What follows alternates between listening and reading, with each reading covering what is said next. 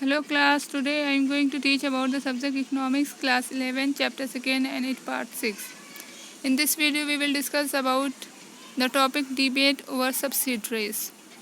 Subsidies means some relaxation is given by government on some goods and services. The economic justification of subsidies in agriculture is at present a hotly debated question. It is generally agreed that it is necessary to use subsidy to provide an incentive for adoption of new HYV technologies by farmers in general and small in particular. A new technology will be looked upon as being risky by farmers. Subsidies needed to encourage farmers to test the new technologies, and some economists believe that some technology is founded profitably is widely adopted. Subsidies should be phased out since their purpose has been served. It means that कि subsidies जो है वो इनक्रेज करती है हमारे farmers को कि जितनी भी न्यू टेक्नोलॉजीज़ आए उसको वो टेस्ट कर सके, क्योंकि जितनी भी न्यू टेक्नोलॉजीज़ आती है या कोई भी चीज़ आ रही है गवर्नमेंट की तरफ से या कुछ भी जो भी हेल्पफुल होगा एग्रीकल्चर के फील्ड में, अगर उसकी कॉस्ट बहुत ज़्यादा हाई है तो farmer is not able to adopt that technology because of the high rate of high amount. और जब टेक्नोलॉजी जो कि पूरी तरह से रिस्क से भरी होती है तो फार्मर्स के अंदर एक डर होता है कि वो इतनी हैवी अमाउंट पर उस टेक्नोलॉजीज़ को उस चीज़ को परचेज़ करे वो हेल्पफुल ना हो सके. ये बहुत सारे रीजंस हैं. तो उस टाइम पे भी सब्सिडीज़ बहुत ही इम्पोर्टेंट रोल था और आज भी सब्सिडीज़ का बहुत ही इम्पोर्टेंट रोल है to encourage the test of new technologies and to encourage the farmers to use these new technologies, क्योंकि farmers new technologies को नहीं यूज़ करते थे और करते हैं भी, क्योंकि उसका अमाउंट पहली चीज़ उसका अमाउंट बहुत ज़्यादा होता है और दूसरी चीज़ वो रिस्क से भरी होती है कि पता नहीं ये चीज़ में सक्सेस हो या ना हो. फर्स्ट पर्पस तो ये था. उस टाइम पर भी कुछ सब्सिडीज़ जो है प्रोवाइड की गई, जैसे हाई यील्डिंग वैरायटीज़ सीड्स जो टेक्नोलॉजीज़ है उस टाइम में जो बिग फार्मर्स थे उसको अडॉप्ट कर लिए, मगर जो स्मॉल फार्मर्स थे वो इस चीज़ को नहीं कर पाए क्योंकि because of the high amount of technology. कुछ इकोनॉमिक्स का कहना है कि ये चीज़ जो है बेनिफिशियल है, मगर इसके साथ साथ फार्मर्स के लिए तो बहुत बेनिफिशियल है और ये अच्छा डिसीज़न है.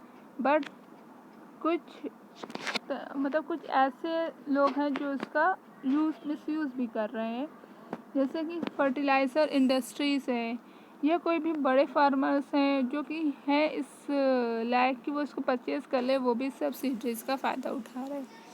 तो इसका क्या इफ़ेक्ट होगा कि गवर्नमेंट के फाइनेंस पर ह्यूज बर्डन पड़े. It does not benefit the large group target group and it is a huge burden on the government finance. जो हमारा टारगेट ग्रुप है स्मॉल फार्मर्स, वो उसको इतना बेनिफिट उनको नहीं मिल पा रही है. उनके साथ साथ जो है इन लोगों को भी मिल रहा है और इससे क्या होगा कि गवर्नमेंट तो सब्सिडीज दे रही ना, अपने जो रियल अमाउंट उससे कम अमाउंट पर वो चीज़ प्रोवाइड कर रही है. तो इसका मतलब गवर्नमेंट के फाइनेंस पर तो बर्डन भी पड़ रहा है और टारगेट ग्रुप इतना उसको ले भी नहीं पा रही. On the other hand some believe that the government should continue with agricultural subsidy because farming in India continue to be risky business. Most farmers are very poor and they are not able to afford the required input without subsidies. दूसरे मतलब ये कहा जा रहा है कि कुछ दूसरे ये बिलीव करते हैं कुछ इकोनॉमिस्ट कि गवर्नमेंट को इस सब्सिडीज़ को कंटिन्यू रखना चाहिए because of the farming in India, क्योंकि हमारे कंट्री में जो है फार्मिंग बहुत रिस्की बिजनेस है अब पुअर जो है मोस्ट फार्मर्स जो वायबल नहीं है इस चीज़ को अफोर्ड करने के लिए ऐसे इनपुट्स को, अगर उनको सब्सिडीज ना प्रोवाइड किया जाए। तो एलिमिनेटिंग सब्सिडी, अगर हम सब्सिडीज़ को पूरी तरह से ख़त्म कर रहे हैं तो will increase the inequality between rich and poor.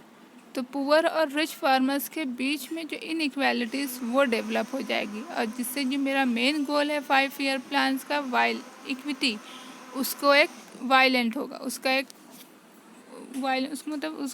उसका एक वायलेंट होगा।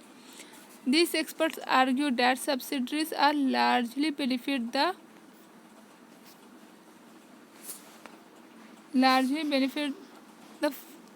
the fertilizer industries and big farmers. तो our correct policy is not abolish subsidies but to take a step ensure that only the poor farmer enjoy the benefit।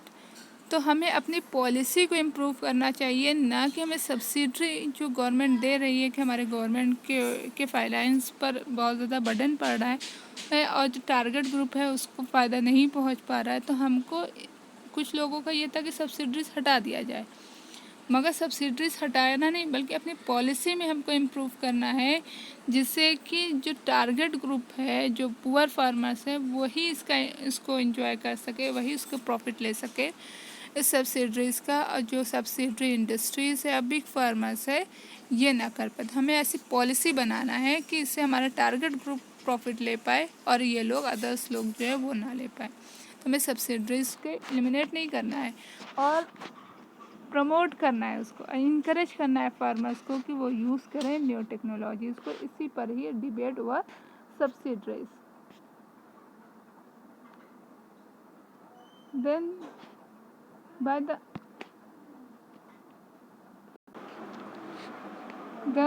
the late 1960s, India's agriculture productivity has increased significantly to enable the country to be self-sufficient in food grain. We know that 1960, this was time the Green Revolution was developed, and the Green Revolution was very helpful for contribution and increase the sector of agriculture, and this is an achievement to be proud of। तो ये बहुत ही अच्छी बात है कि हमारी country की productivity जो है वो इंक्रीज़ हुई, सेल्फ सफिशिएंट हम लोग हुए फूड ग्रेन्स के मामले में, जो कि कॉलोनियल गवर्नमेंट के टाइम पर हम लोग इंपोर्ट करते थे फूड ग्रेन यूएसए से। बट उसका नेगेटिव साइड क्या है? Some 65% of the countries population continue to be employed in agriculture even as late as 1990। The negative effect side क्या है कि 65% जो पॉपुलेशन है हमारी कंट्री की, वो जो है तब भी एग्रीकल्चर के ऊपर डिपेंड थी। सब्सिडीज टेक्नोलॉजीज़ पर प्रोवाइड की, सब्सिडीज जो है हमारे सीड्स पर प्रोवाइड किया गया, मगर तब भी 65% पॉपुलेशन किस पे स्टेबल थी? एग्रीकल्चर पर।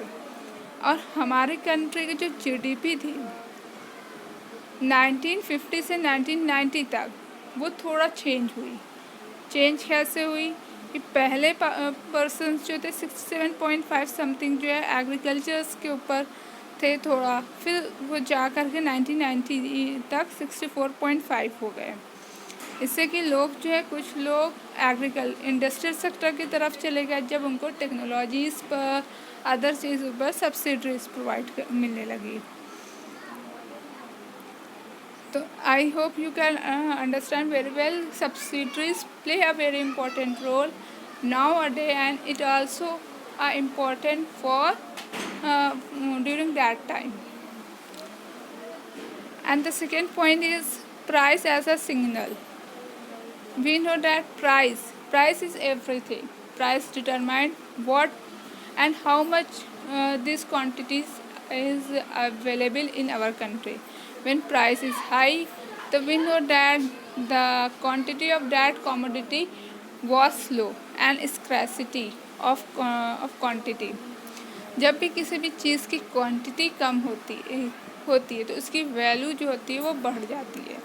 जैसे पेट्रोल की क्वांटिटी अगर हमारे कंट्री में कम है और उसकी वैल्यू इंक्रीज हो गई तो प्राइस क्या एज अ सिग्नल है जो कि ये डिटरमाइन बताती है कि वैल्यू उस चीज़ की कितनी है, उस चीज़ की क्वांटिटी में कितनी है। तो पेट्रोल का प्राइस इंक्रीज होने से ये है कि उस चीज़ की जो क्वांटिटी है वो हमारी कंट्री में कम है। तो we don't blame the government to increase the price of petrol. It is related to quantities available in petrol in our country. It is a general price is very important to reflect the quantities available in country. Some economics point out that subsidies do not allow price to indicate the supplies of goods. कुछ economics ने इस चीज़ को point out किया कि subsidies जो है वो हमें अलाउ नहीं करती कि do not allow price to indicate the supply of good. इस जो सप्लाई ऑफ गुड्स को इंडिकेट नहीं किया जाता कि किसी भी चीज़ की प्राइस अगर कम है तो हम उसको फ्रीली यूज़ कर सकते हैं, उसको फ्रीली हम यूज़ कर सकते हैं। When electricity and water are provided as subsidized rate और फ्री, अगर हमें इलेक्ट्रिसिटी और वाटर जो है प्रोवाइडेड किया जाए सब्सिडाइज पे या बहुत ही फ्री प्रोवाइड किया जाए तो we can they will be use wastefully without any concern of their स्क्रैसिटी।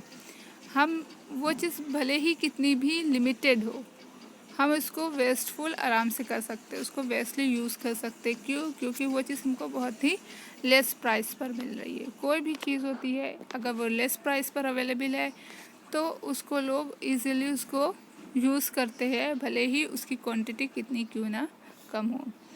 Farmer will cultivate water intensive crop if the water is supply free. Farmer फिर वाटर इंसेंटिव क्रॉप्स को cultivate करेंगे अगर उनको water जो है वो फ्री में supplied किया जाए। Water resources in that region में be scarce and such crop will further deplete the already scarce resources. कुछ ऐसे रीजन्स होते हैं, ऐसे एरियाज होते हैं जहाँ पर जो है बहुत ही वाटर बहुत ही स्क्रैच होती, बहुत ही लिमिटेड होती है, तो वहाँ पर हमें ऐसा क्रॉप को करना चाहिए जो कि वहाँ पे ज़रूरी हो। Water if the water is price, अगर वाटर पर हमने प्राइस रख दिया कि अब आप इतने कुंटल पर इतना, इतने लीटर पर इतना अमाउंट देना है, तो ये रिफ्लेक्ट करती है स्क्रैसिटी को। Farmer will cultivate crop suitable to the region. तो फार्मर उसी क्रॉप को कल्टीवेट करेंगे जो उस रीजन के लिए सूटेबल होगा, जिसमें वो कम से कम उस रिसोर्सेज का यूज़ हो और आसानी से वो चीज़ कल्टीवेट हो जाए। Fertiliser and pesticide subsidies result in over use of resources which can be harmful to environment. कोई भी चीज़ ओवर यूज़ होगी तो वो हार्मफुल होगी।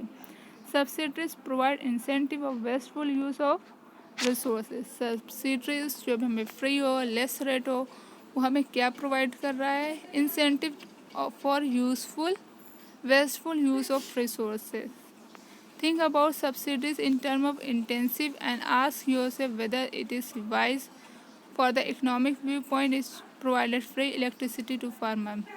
तो हमें यह सोचना है कि फार्मर्स को जो इलेक्ट्रिसिटी प्रोवाइड किया जाए वो फ्री में प्रोवाइड किया जाए। ये सब्सिडीज जो है इन टर्म ऑफ इंटेंसिव के टर्म में। एंड आस्क योरसेल्फ, आपको से पूछना है कि ये थिंक करना, ये सोचना whether it is wise from the economic view point से कि सब्सिडीज फार्मर्स को फ्री अगर प्रोवाइड किया जाए तो वो कितना इफ़ेक्टिव होगा या कितना, क्योंकि हम लोग वी नो डैट कि इलेक्ट्रिसिटी जो है वो हमारी कंट्री में बहुत ही फ्रीली नहीं है, वो स्क्रैच है, हम लोग उसको डेवलप करते हैं। तो I hope you can understand very well about the debates over subsidiaries. Thank you.